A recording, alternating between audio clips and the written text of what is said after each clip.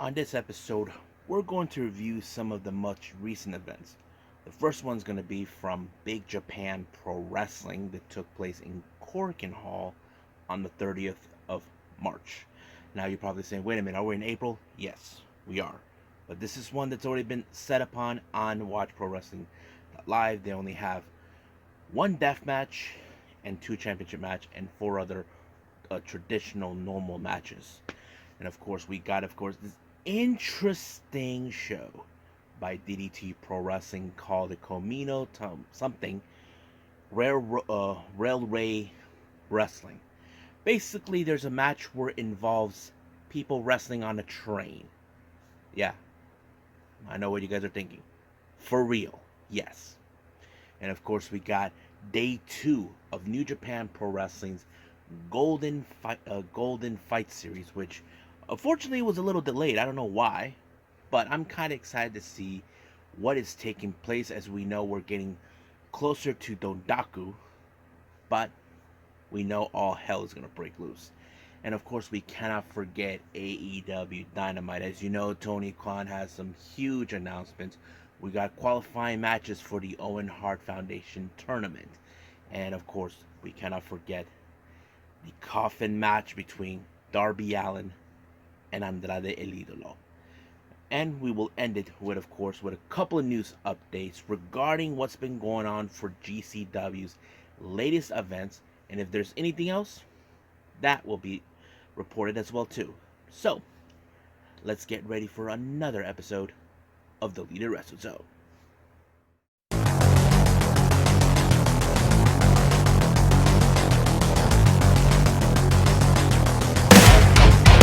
Are you ready? Get up, get up! Get up, get up! Get up, get up! Get up, get up! Get up, get up! Get up, get up!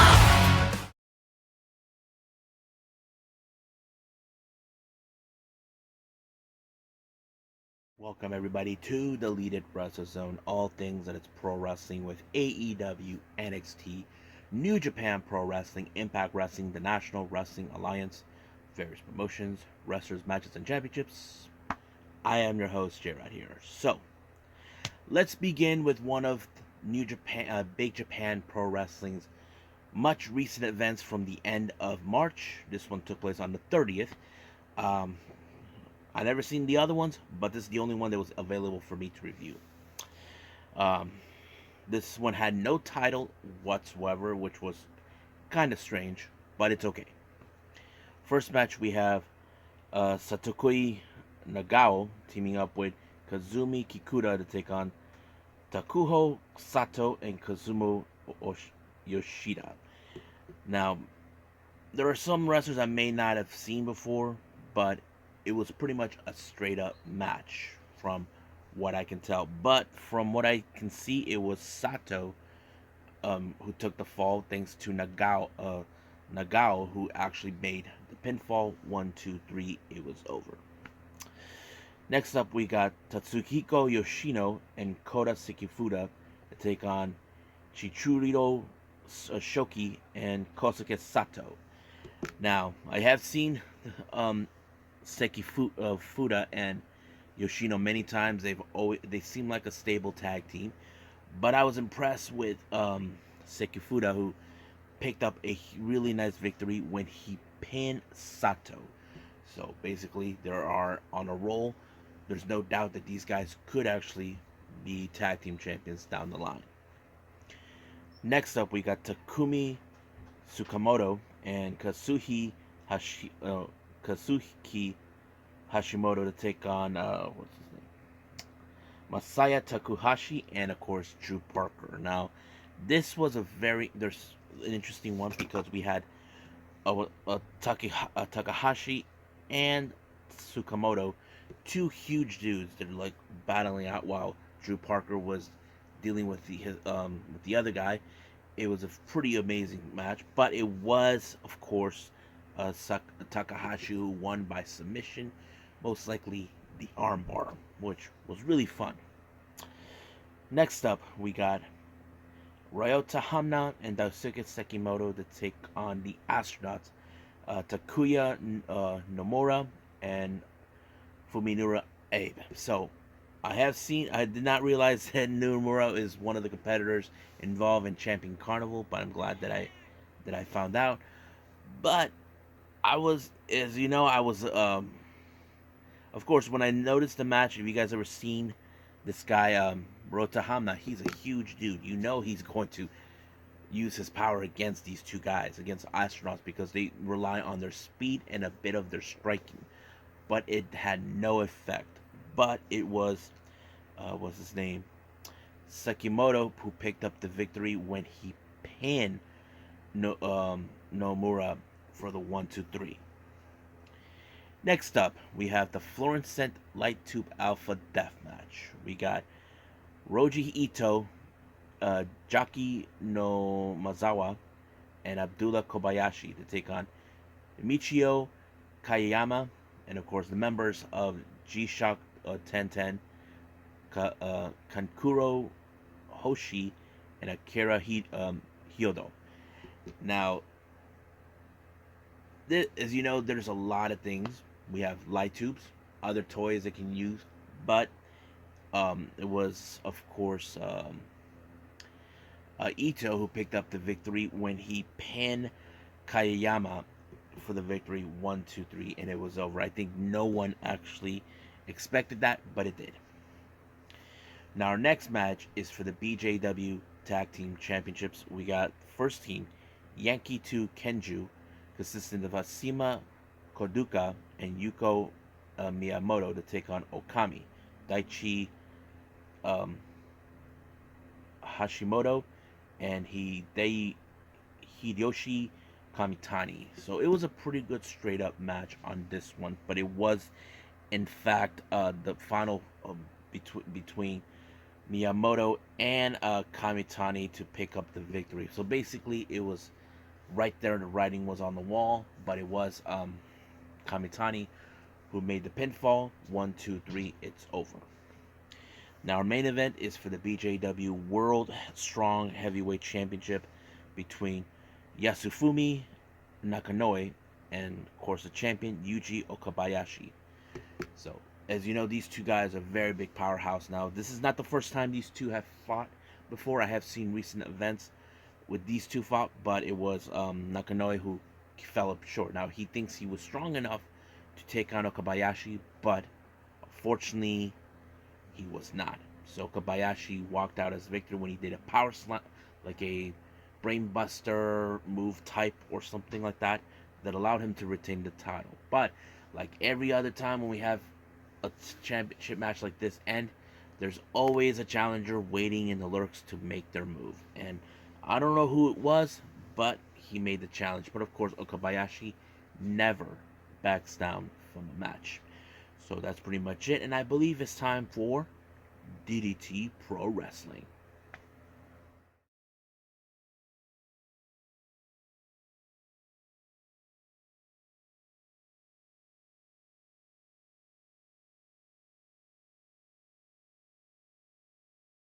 Okie dokie. So we got DDT Pro Wrestling. Now, if you guys aren't fans of DDT, then you guys are missing out. This is a Japanese promotion, but if you guys forgotten, DDT is based on comedy. They throw in a little bit of their comedy in their shows and some uniqueness of their matches they throw in. Now, I'm going to give you guys a little something. When I first started, I heard of DDT, but I never actually watched any of their shows. I have heard that they throw in a bit of the comedy routine. Now, I have seen matches where, of course, in DDT, where Colt Cabana was facing Joey Ryan. Now, I'm not going to give the details. There was a lot of funniness in that movie, in that match. But there were certain things I did not know they were capable of. The first time I saw them was late December 2020. And no, was it? Yeah, 2020. They had this unique event where they had matches in the streets of Tokyo. Some of you are saying, really? Yes. I saw another match where they were in a sauna. Yes, and there was one I never seen where they were in the pool. So that was kind of unique. Now this one is unique. This one is called the Kominato Railway Pro Wrestling. Now, this was shot on the 2nd of April, but it was broadcast on the 15th of April. And if you guys know this or not, Tokyo Pro Wrestling wrestler and member of the Up Up Girls, Raku, she's into trains. If you guys ever knew that, she has this unique thing with trains, and she was asked to be the commentator, which was unique. Now, the match they had, it was on a damn train called False Count Anywhere Delayed Entry Battle Royal. Now, here's who they had. They have Harisho Yamato, Shumna Katsumata, Toru Owashi, Arashima, Denshiko Dino, Yuki Ino, Saki Akai, Chris Brooks, Maho, Azuki Hirada, Akito, Antonio Honda, and Gota Ahashi. Well, basically everybody's in the ring. Now, this is what took place that happened in elimination. Now, the first person that was eliminated was Toru Owashi. What happened is that he was dealing with Yuki Ino. As you guys know, Yuki Ino and Dino Shoot are part of the group known as Pheromones, a bunch of fruities that try to rape every man around and try to be all gayish. Well, he got kicked off the train and he was eliminated, so he was left behind. I don't know much about what they do when they left behind if they picked them up, but I don't know. Don't ask me that. Then the next person, well, this was funny. They made this one stop. Everybody got off because Irada made his grand entrance singing Tokyo. All of a sudden, while everybody was getting back on the train, Shumna Katsumata tried to get back. Now, if you guys know the history between him and the Pheromones, these guys have a way to make him a victim. He's been violated. He's been raped by these guys on many occasions. First encounter was when he and tag team partner and fellow member of 37 Kamina, Takeshita, he got made out in front of Takeshita by Dino. While he tries to get away from these guys, they continue to rape him. Everybody else, they just stood away from him like no, dude, we're not gonna help you. I hate to be raped by those guys. So basically, they just left them into the wolves. But unfortunately, all three of them were eliminated because they were left behind. I just feel bad for Katsumata, but you probably ask, why doesn't he fight back? Well, the problem is Katsumata has a history of being a hothead, but that did not work for the Pheromones. You can guess why. They got turned on by that. Next person to be eliminated was Harashima when he was thrown off the train. So basically, he got stuck there. Saki Akai got pinned by Chris Brooks by a pinfall. Gota Aisha, well, he was supposed to get in, but he never got on. Basically, he was already eliminated. He didn't want. He was being lazy. I mean, I don't know why. Then Mao and Chris were all out of the match because they were continuing to wrestle in the damn train. Regardless when people are telling it's time to go. But nope.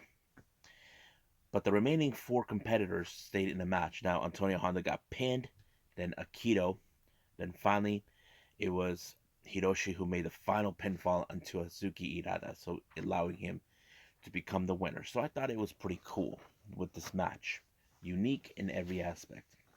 So I may have seen craziness, but that's how it is in Japan. Now our next match we have is a standard regular match in the ring, not in the train. We have Naomi Yoshimura, Yuji Ino, and Yukio Mayo. Now I want to make a note on this one. These guys, I feel they could form like a faction with 3 of them, even though Yoshimura, he's part of Disaster Box, but these guys are huge. They're taking on 37 Kamina, Toi Kojima, Konosuke Takeshita, and Yuki Ino. But I thought, but this match, it showed the powerness between Yuki Ino, Naya, and of course Yoshimura. I thought this match was amazing. It was Yuki Naya who made the final pinfall onto Toi Kojima. Even Toi Kojima is a real small individual, but you cannot deny his effortless into the match. Now, our main event, we have Eruption, consistent of Hideki Okatani, Kazusada Iguchi, and Yukio Sakaguchi to take on Burning, consistent of Yosuke Okada, Jun Akimaya, and of course the leader, Tetsuya Endo. Now, this is the first time Okatani comes face to face with Jun Akiyama until he disbanded the faction that they had once before, known as Junretsu. Now that he's with it, he showed in a very interesting fighting spirit. Now, basically, he had to show his former leader how much he has grown since he joined Eruption. I have to say, he has grown, but he still has a little bit to learn more, especially when a veteran like Jun Akiyama. But it was Tetsuya Endo who finished him off with the shooting star press and never ceases to amaze me every time I see that move.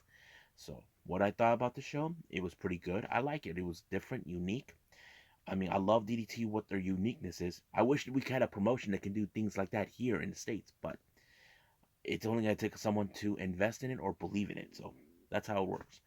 So, let's move on with New Japan Pro Wrestling.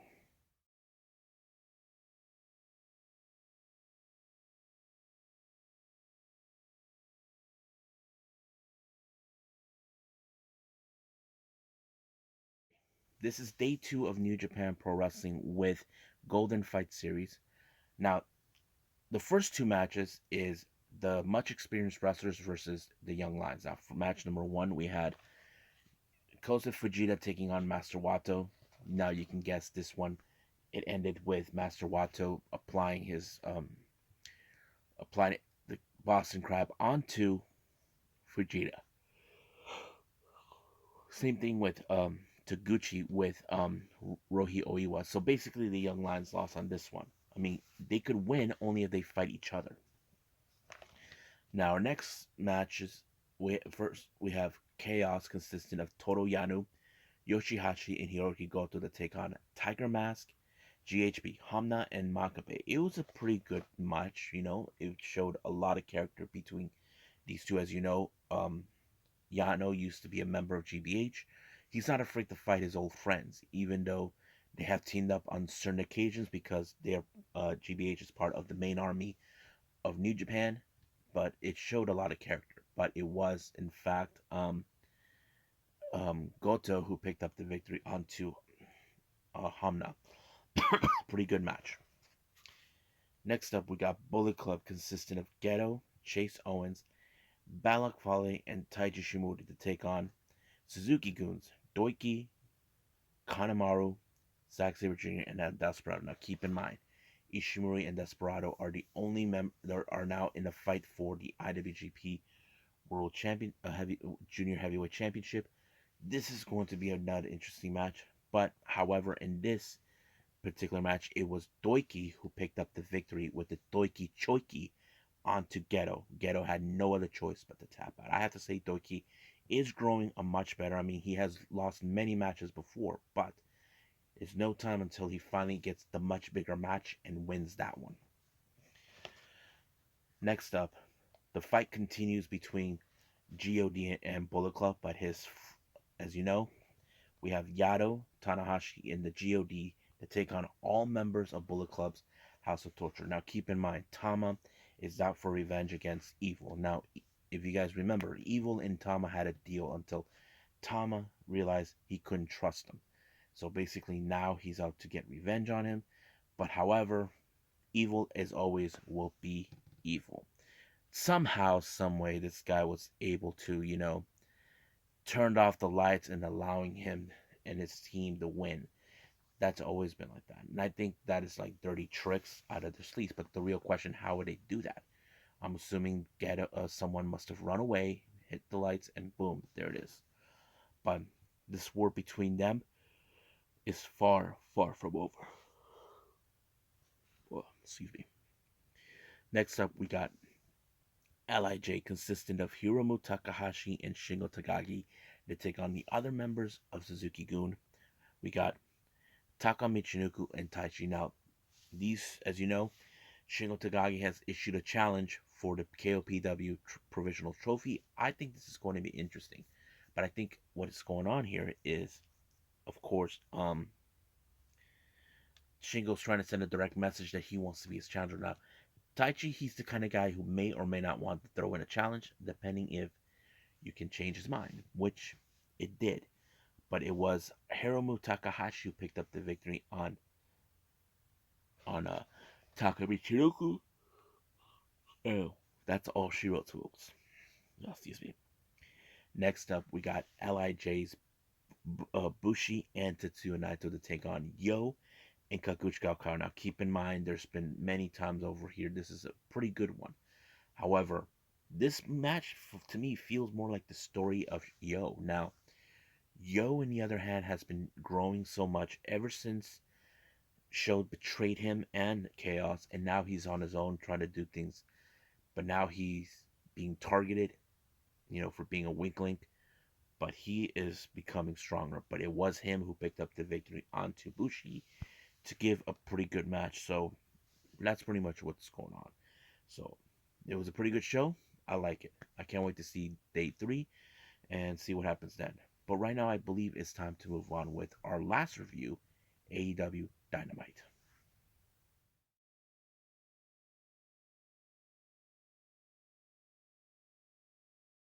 All right, our last review is AEW Dynamite. It opened up with CM Punk versus Dustin Rhodes. Now, this was a very unique match. Now, AEW has become one of those places where dream matches are a possibility. Dustin Rhodes' dream match was CM Punk. I have to say there was a lot of effort on Dustin Rhodes. He feels like this is his last ride. He wants to fight whatever best wrestler AEW has to offer, and CM Punk is no exception, realizing that he can do this. And I think that's the thing. And I think CM Punk knows that he's going to be facing a veteran guy who's been wrestling for 5 decades. And I think that is a perfect challenge. And I have to say, it was a pretty good one. Unfortunately, Dustin Rhodes did not come on top, but I think he enjoyed being in this match, knowing that he can still hang with guys like CM Punk. However, CM Punk had an unexpected visitor. We all know where Punk's head is at. He wants a shot of the AEW World title. We may get that, but the real question remains when. Many of us could think maybe double or nothing. We don't know, but we'll just have to wait and see. Now, earlier in the day, Warlow shows up, but apparently MJF's trying to control him. Security has him in handcuffs, took him to a locker room, and then once he's done, but there was a lot of things that took place. But I'll get to that in a bit. Now, our next match, the Blackpool Combat Club once again takes center stage to take on Dante Martin, Lee Moriarty, and Brock Anderson. Now, this was a vicious match by them, which is what they do. They're violent. However, William Regal did mention about the scouting he had towards Lee Moriarty. Now, the real question is, will we ever see that? We know that Daniel Bryanson said guys like Lee Moriarty should side with them. We will know, but I have to say it was in fact um, Moxley who picked up the victory onto Dante Martin and giving them a victory with the paradigm shift. Now, as you know, we have the combined forces of the Elite and what was once the Undisputed Era. Now they're calling themselves the Undisputed Elite. Now they know they have a much thing to face. They have to become better than they ever were before. As you know, the Bucks lost against FTR. Adam Cole lost to to Adam Page twice.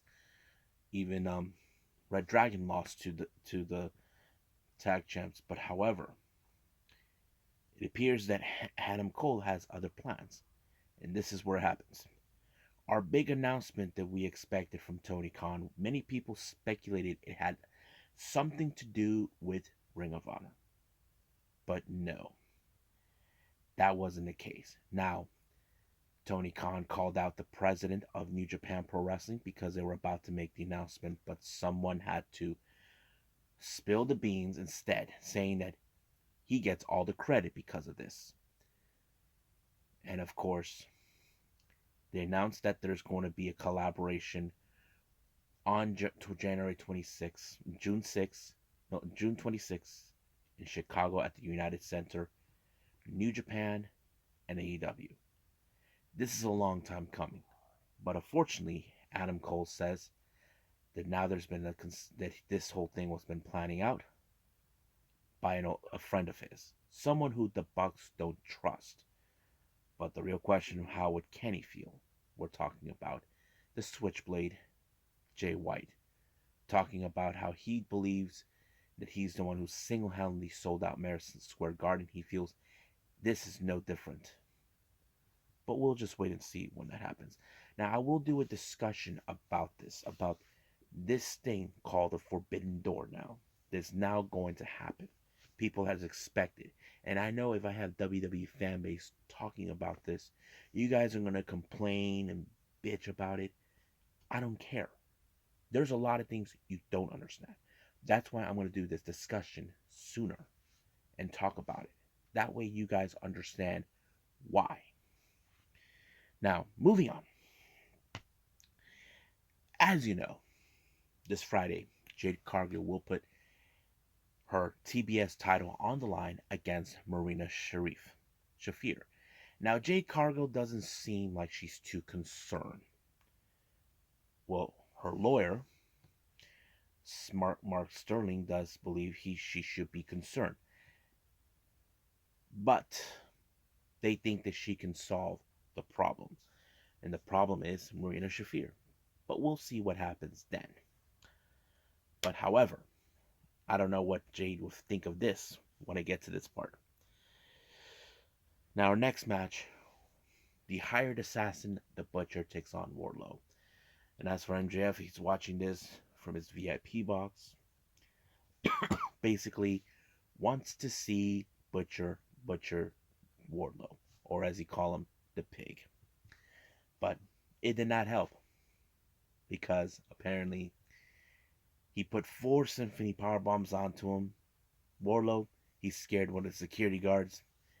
He knows it's only a matter of time before he gets his hands on MJF. However, MJF is not a happy camper. Later on, there was an interview where how he was not too keen about what just happened, so he decided to pay another person to do the job.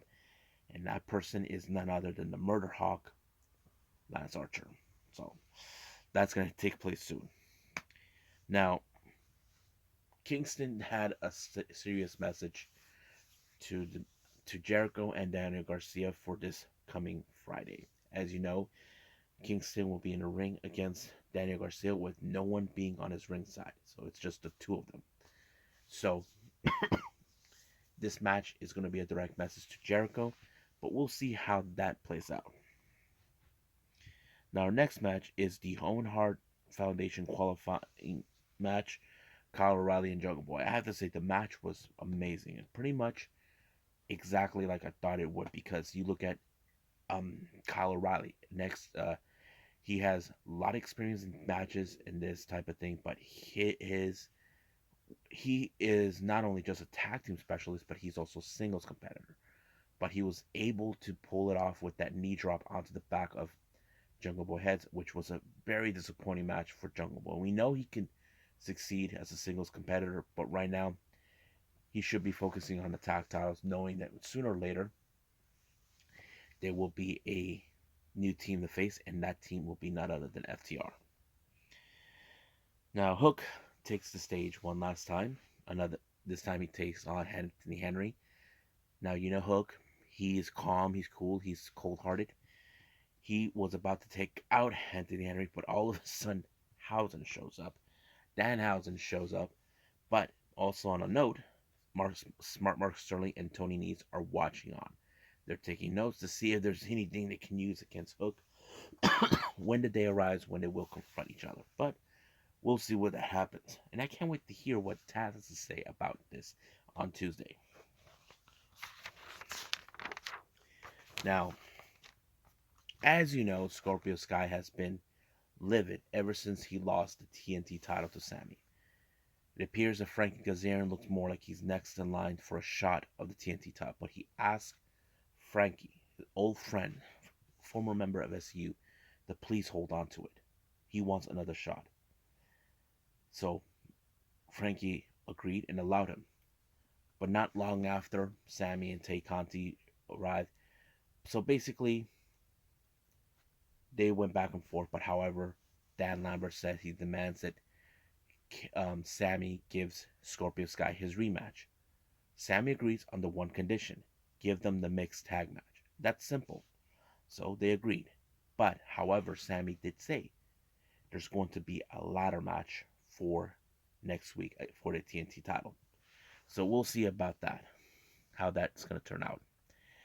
Now, House of Black once again being cryptic, but I do believe they're sending a direct message to Fuego del Sol. They really want to shut him down. But the real question, can they do it? We don't know. So whatever they have in store for Fuego, it may not be good. Now our next match is another qualifying match for the women's Owen Hart Foundation tournament. We have Danielle Camella versus the return of Britt Baker. You know, Britt Baker, as you know, hasn't missed a step. We haven't seen her since she lost the AEW Women's Championship to Thunder Rosa. But basically, she hasn't missed a step. But she did put a Steelers glove onto her to pull off the lockjaw, allowing herself to win the match. Now, however, she does have a post-match comments that she posted talking about this and that. But this is where it gets interesting, and I mentioned this before. It appears Britt Baker is now calling out Jade Cargill. She's telling her, you call yourself a badass? You call yourself that you think that you're the true bitch? So basically, it's more like ego is taking place. Now, I don't know if Jade Cargill sees that as a threat. I mean, we know that these two women do have backup. I mean, Britt has Rebel and Jamie Hayter. Well, Jade Cargill now has Red Velvet and Kiera Hogan. However, Britt made a good, fantastic point about Red Velvet. Are you scared to get your ass whooped by me, or that's the reason? So basically, it's more like, why did you side with him, sir? That's the side with her. I think that's the question. Who could forget Jade Cargill putting Red Velvet in the life miserable last year? But we will know for sure. So we'll see when those two will collide. But Britt is involved in the tournament. Now, next week, it's been announced that Sheeta and Dee will finally have their match in a Philly street fight. You see, these guys have been going back and forth for 7 months. Serena Deeb believes that Sheeta is a problem, that she is the reason the women's division has been falling apart and all that. So she thinks that these young girls need to be taught a lesson. But Sheeta will not back down from a fight. But Dee believes that this street fight will be the end of her. But you know Sheeta, she doesn't back down. She doesn't quit, no matter what. Now our main event is the coffin match between Darby Allin and Andrade. I thought this match was nuts, but I knew Andrade had some up his sleeve. He had the the Blade and Mark Cassidy giving me a helping hand, but Sting was there watching as a fan. Basically, no one noticed. But oh my God, Sting, what the hell is he thinking? He jumped off the balcony and landed on top of these three idiots. I didn't think that, but Sting was able to isolate Mark Quinn and the Blade. That leaves only Darby Allin. However, there was a moment prior before this where something poked Andrade's hand. He doesn't know. It turns out that the coffin has thumbtacks underneath. It's nuts. This was this thing was created by Darby, but Darby really what I like how he ended this is he did a missile launch out of the ring, have Andrade land on the coffin. While he was about to close the lid, Jose shows up, tries to help, but he got powerbomb and thumbtacks right on no, he got thumbtacks right in the back. But Darby Allin won the match, and of course we saw the Elite make their appearance, so that's gonna be a good moment. So I think that match, I don't know if I can compare it if it was good between the one that Darby had with Ethan Page and Scorpio Sky. I don't know. But we'll talk about that at some other time. But I believe it's time for some news updates.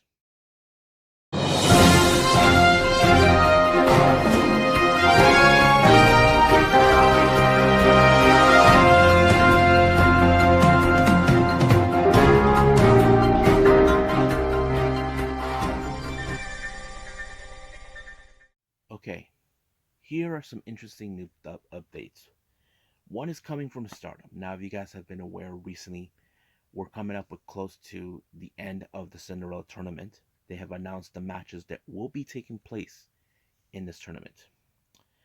The first one is a pre-show. We're gonna have a three-way match between Godzai Amira Ami Sori, DDM's Mai Sakurai, and of course Cosmic Angel Waka Tsukiyama. Now we know that Waka and Mai have their history because Mai betrayed the Cosmic Angels. I can't wait to see how this is going to turn out. Next up, we got the future title. Now, I made a mistake on who it was that came out and confronted Hana after she defeated her sister Rina. It turns out that the person who came out and challenged her for her future title is the other sister, Rina's twin sister, Hina. So basically, now she defeated one sister. Now she has to defeat the other. And I think this is a good moment for her, knowing that, okay, you face Rina, who's a bit reckless and a bit more crazy, joining Odatai. Now you're facing Hina, who, in the other hand, is trying to, who's now the member of Queen, who's the Queen's Quest member, who no one's seen for quite some time. She's back. I'm kind of excited to see that. Now we do have our semifinals. It's a 10-minute match, one fall only. We have Natsupoi versus Mirai. Now these two will go to head-to-head. Now I'm thinking in the back of my mind, what does Natsupoi think of Mirai now? As you know, Mirai decided to leave DDM and join God's Eye. Now our next match is also a part of the Cinderella tournament, a showdown between members of Stars, Azuki and Koguma, the former tag champions, even oldest friends turn enemies, now friends again. But this is going to be a long history. Now, I can predict in this match, in these two matches, Mirai could win, no doubt about it.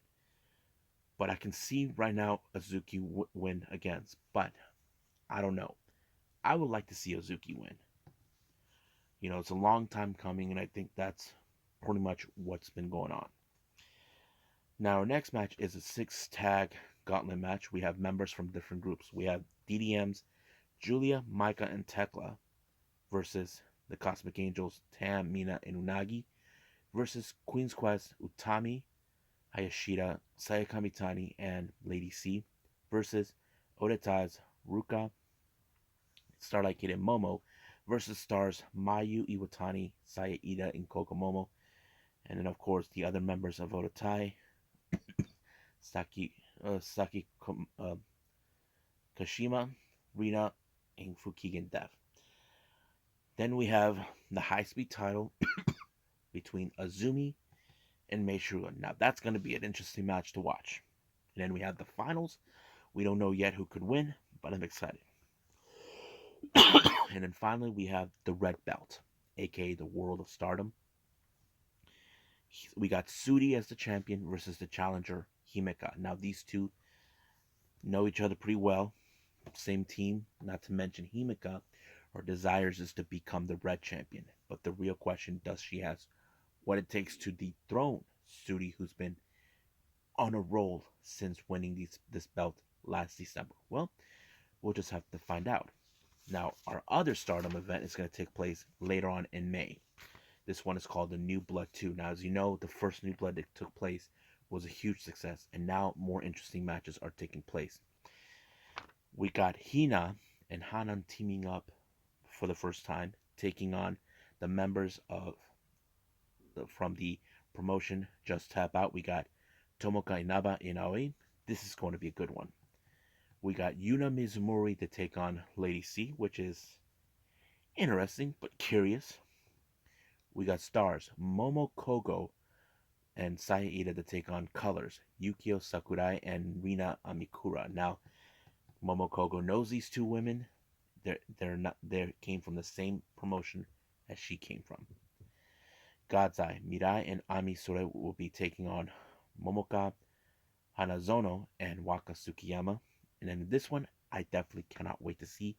We got Mai Sakurai versus Zuzu Suzuki. Now, keep in mind in this particular match, I want to talk a little bit right now about this one. Zuzu has a problem with Julia. As you know, Julia was like a big sister to her until she walked away, hurt everyone, especially Zuzu. But Zuzu said something that offended Mai Sakurai. But Zuzu, she will not back down. But there are those right now on social media, on Twitter, saying, "Nice knowing you, Mai." And they're not wrong. Now, the reason is this. Zuzu is very talented, and she's dangerous. I don't think Mai Sakurai can survive it. But if I have to predict, if Zuzu does win this match, this is going to be a direct message to Zuzu to Julia. She wants her one-on-one match against her. So we'll see what happens. Now, our final update on this part of the match, of the event of New Blood 2. We got Oda Tai, consistent of Starlight Kid, Rina, and Ruka, taking on the members of the Cosmic Angels, Unagi Sayaka, and Mina Shirakawa. However, it appears they have a mystery partner. Now, nobody knows who it is. It's still unclear. But they're asking us, Unagi and Mina, try to guess. To be honest with you, I can't think of anyone. But it's a good one. Now, our last update is from GCW with their upcoming event, Life Goes On. It's just been announced the GCW tag team titles will be on the line. So Bussy, Alley Catch, and Effie will put those titles on the line against John Wayne Murdoch and Akira. Now, John Wayne Murdoch is making a statement now. Ever since he defeated Alex Colon, now he's saying GCW is now his home. Now he got the Ultra Violent Championship. It's now that he's targeting the tag titles. So we'll see what happens then. So I think that's pretty much it what we got. But right now, I think it's time to call it a day. Well, I hope everybody enjoys this episode. Coming up, we got GLEAT with G Pro Wrestling version 23. This took place on the this past on the 20th of April, and then of course we got the standard Thursday wrestling stuff like MLW, NXT UK, and Impact Wrestling, and that's going to be interesting. So I'm looking forward to everything else. But right now, I say I'll see you guys on the next DWZ time.